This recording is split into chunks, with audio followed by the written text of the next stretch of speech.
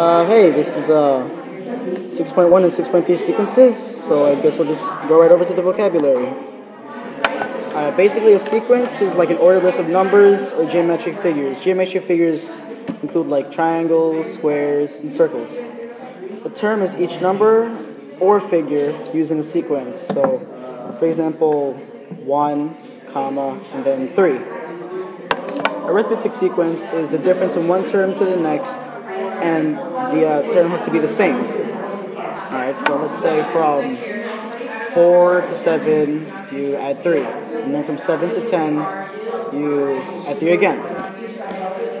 A geometric sequence is quotient from one term to the next and is also the same. So it's basically the same as in arithmetic, but instead of a difference, it's a quotient.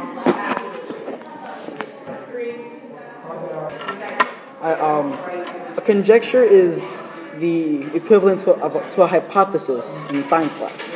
And basically what it is that an educated guess based on previous knowledge and understanding. So it's basically as it says it. Inputs are like x values, and outputs are y values. A function rule is an equation sharing two variables and their relationship to each other. So let's say to get from, 10 to,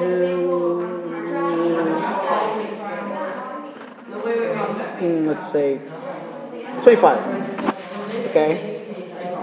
You take 10, you add it by 15. Same thing you would do to 15. You would take 15, add it by 15 again, and then you get 30. And then, last but not least, a linear equation is any function with a straight line graph. And that's basically just how it goes. We're doing the arithmetic sequence again, but this time subtraction, and it's going to be like a pretty weird pattern. We're like adding and subtracting in this one. So let's just say you have 100 to 105. You'd basically be adding 5 here. And here, the pattern is to add 5 and subtract 1. So 105 to 104, you're subtracting 1. So it makes sense. And then 104 to 109, you add 5. And then 109 minus 1 would be 108. 108. So you're subtracting 1 again, 108. And you just keep on doing that pattern until you get to your solution, like what they're looking for in the question, and just get your answer that way. Hey guys, we're doing the arithmetic sequence again, but this time we're like just adding, like simply just adding. Here we're adding by 5. So 111 plus 5 is 116. 116 plus 5 is 121. 121 plus 5 is 126. And 126 plus 5 is 131. And if you want to continue it, it would basically just be 136 because you're adding 5 again. So when they're like looking for the answer, basically you just keep on adding by like I think you have to find like the number, and you just keep on adding by the number, and then that's how you eventually get your pattern, and that will be your solution to the question. Hey, we're doing the geometric sequence. Basically here you add and divide, but you multiply and divide, but here I'm gonna be just multiplying by 5. So let's just say you have the 1, so multiply that by 5, you will get 5, multiply 5 by 5, you'll get 25. 25 by 5 is 125. And then 125 times 5 is 625. Yeah.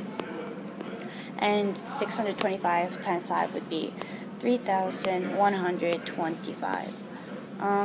Since you're multiplying, that's what you would do until you would get your like solution or the pattern that you would need for what they're asking you. And that's basically it.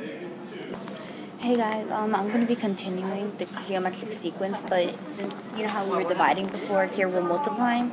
Wait, no, we were multiplying before, now we're dividing. Okay, so basically you're going to be, dividing by 3 here, dividing by 3 here, and dividing by 3 here. So basically, like, the answer is divide by 3.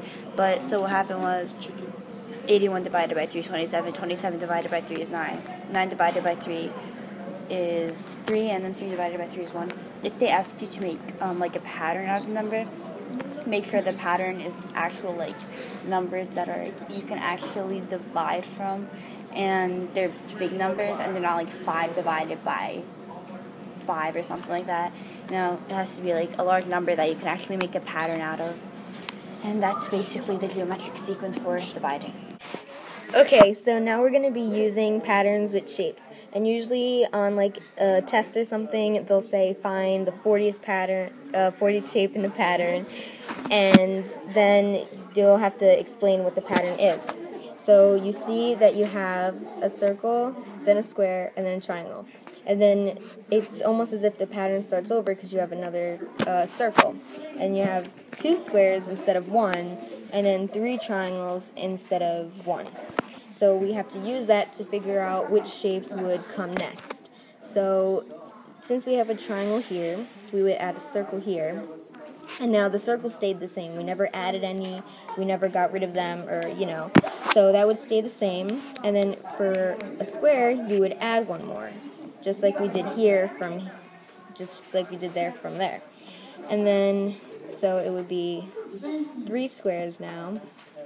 And then, now we have to figure out what we have to do with the triangles. And for triangles, we have 1 here, and then we added 2 from the first pattern to the second. So then when you do that, you would get, so you have the 3 triangles from the last one, and then you would add 2 triangles. And then you can start over with the circle, and then add the squares, and then triangles, and so on. And then you just count up how many, so say they want the 12th one. 1, 2, 3, 4, 5, 6, 7, 8, 9, 10, 11, 12. It would be the square. So yeah, that's how you use patterns with shapes. Okay, hey guys, today I'm going to be teaching you the Fibonacci sequence. As you can see here, we have an example. The Fibonacci sequence, what it is you have to add the first 2 numbers in front, as like here and here, to get this number here. So then you would add 2 and 3, and you get 5. And then you'd add 3 and 5, you get 8. From there on, you can kind of try to guess the next term, what that would be.